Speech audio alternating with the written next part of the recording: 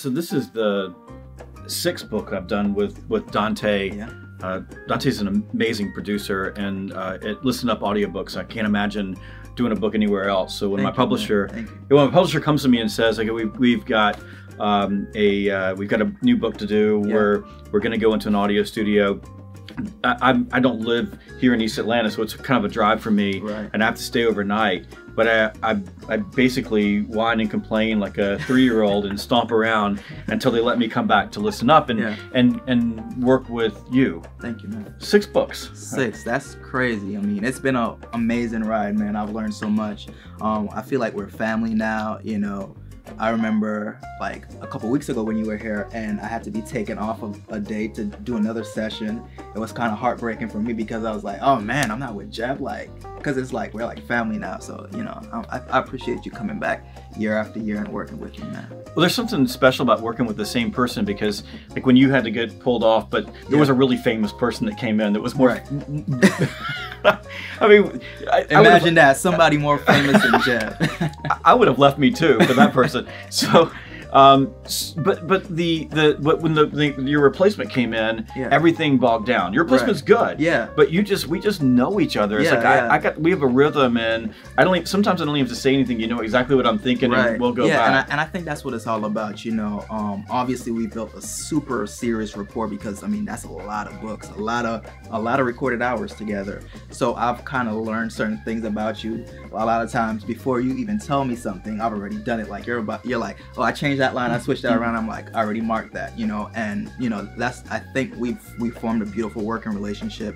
And I know that's why, you know, my coworker, he had a hard time when he came in, not because he's not good. Obviously, we're all good in this building, but because of the relationship that we've built and a certain, you know, level of working together also, you know. But you're pretty good at that, because you know part of what I do with audiobooks is I do change the words around. Yeah. I change it so it's more conversational. Right. A lot of times we get comments online. People say, "Well, it's like you're sitting right next to me." Right. In fact, it was funny. I called somebody the day ago. Who called me, and they answered their phone, and they're like, "Oh my God, you're on my radio. You know, you're on my I'm playing you over my speakers right now." Yeah. Because people feel like, you know, you're sitting right next to them talking. So sometimes you got to change things around. Yeah. What I love about you so much, though, is that sometimes I start ad-libbing too much, and you'll dial it back and go, that was a... Yeah, I mean, and I think, you know, that goes back to, you know, knowing when to step in as a producer, you know, because obviously I want you to make it personal, because obviously that we've learned that works for your books. That's why people love your books, because it sounds like you're talking to them, and that's because you go in and you change it from sounding like this book to sounding like, no, Jeb is talking to me. But now where I step in is like where, okay, we went a little off and it might have changed the meaning of what we might be trying to get across. So that's when I might step in and be like, okay, so this is what it says here. I like where you were going, but what if we still leave that one word in just to keep the meaning the same? So, you know, I try to give you as much leeway as possible, but I still have your back to make sure that you're on point, you know. Plus there's like 10 words that I can't say. Apparently when I can write them and I can say them any other time, but if I'm staring at a microphone, the words won't come out of my mouth. But we always have fun with those.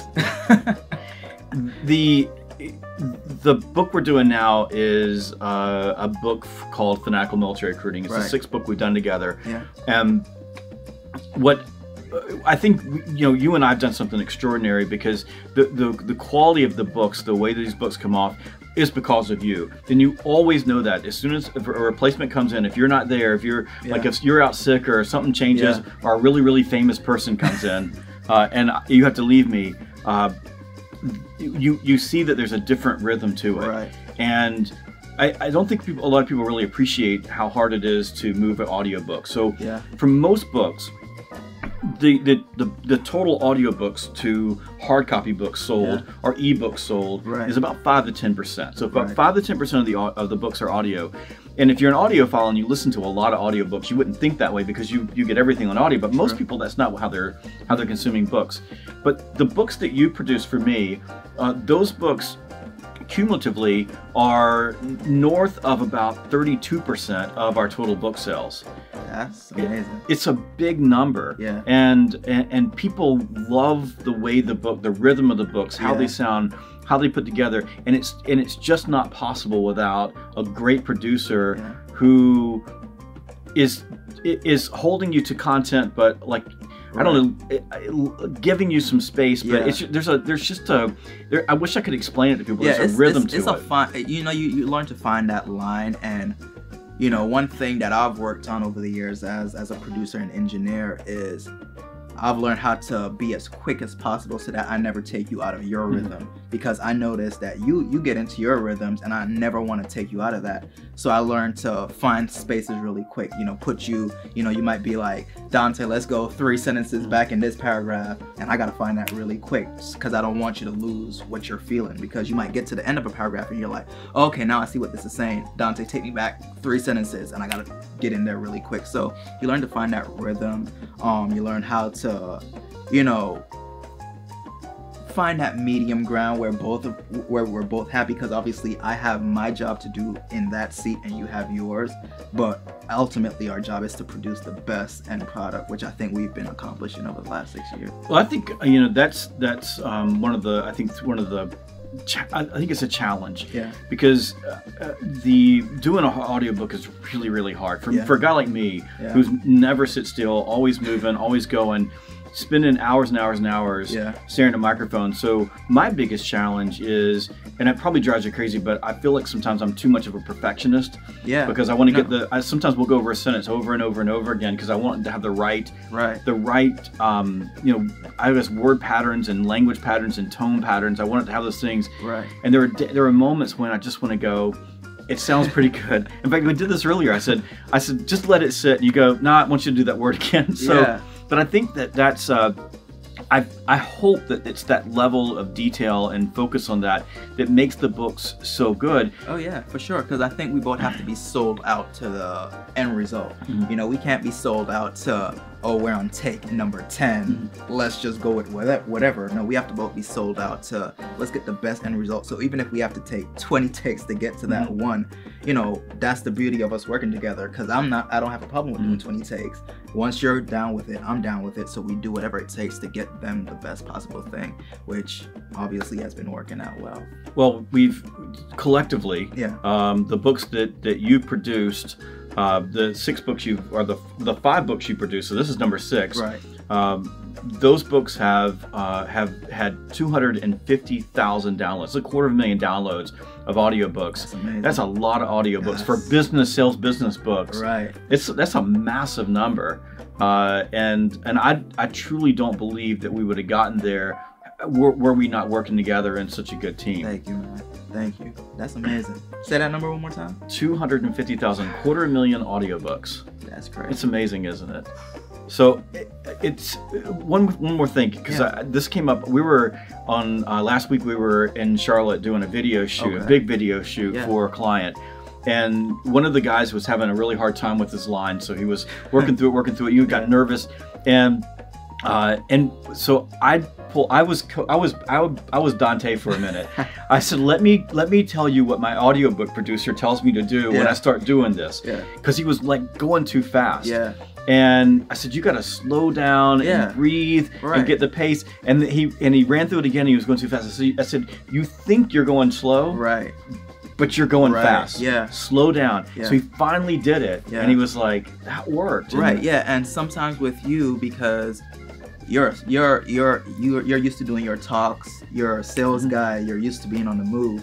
So naturally, sometimes you want to talk fast. But I love that in your books, though. And once it's legible and understandable to me, the producer, I want you to stay there. But where I would stop you is if, okay, we're kind of losing the meaning and you're tripping up yourself, I might be like, okay, let's take this one a little bit slower, you know, just because if we're losing it, they'll lose it, you know? So we want to make sure that it's coming across clear to us, but we want to make sure it's still Jeb speaking to them. They still get that feeling of, you know, Jeb is right here in this car with me. Jeb is right here in this living room with me, or wherever people listen to audiobooks, you know? So, yeah. So I think that's a great lesson for salespeople who are doing presentations, or anybody who is speaking. Sometimes it's not just because I get excited. Sometimes I just get nervous. Like I make a mistake, and even though it's just me and you, there's still another human being there, and I'm still, you know, mangling the words. And when you start getting nervous, you start going faster. When you start going faster, it gets worse. And for sometimes for people, it's you gotta slow everything down. And sometimes it feels like I'm like I'm going at snail's pace. Yeah. But it's just because I'm nervous and I feel that way, not because that's how it actually sounds to someone else. Yeah, and what I try to do sometimes, even in those moments where you might have done a line 10 times, you know, let's laugh about it. You know, I mean, we're in the studio. I tell people all the time, we're recording audiobooks, podcasts, music, voiceovers here. Like we're doing the fun stuff in life. Like let's be light about it. Let's make some jokes. So we're always in there cracking up about stuff. I think earlier one of the lines that you said, what did you say? You said the bacon. You said something about the bacon, and that wasn't the word. And we stopped and we laughed about that. You know, so it's just about having those moments that takes the nervousness out of you, the talent in the room, and just creates a light energy about it. And that way we can move on. And you know, we both know that while we're doing something serious here, we're still having fun. You know, we're creating audiobooks to help somebody do something great in their life. So, you know. Awesome. Yeah, man. Man, thank you so much. I appreciate everything you've done for us. We really appreciate you. My pleasure.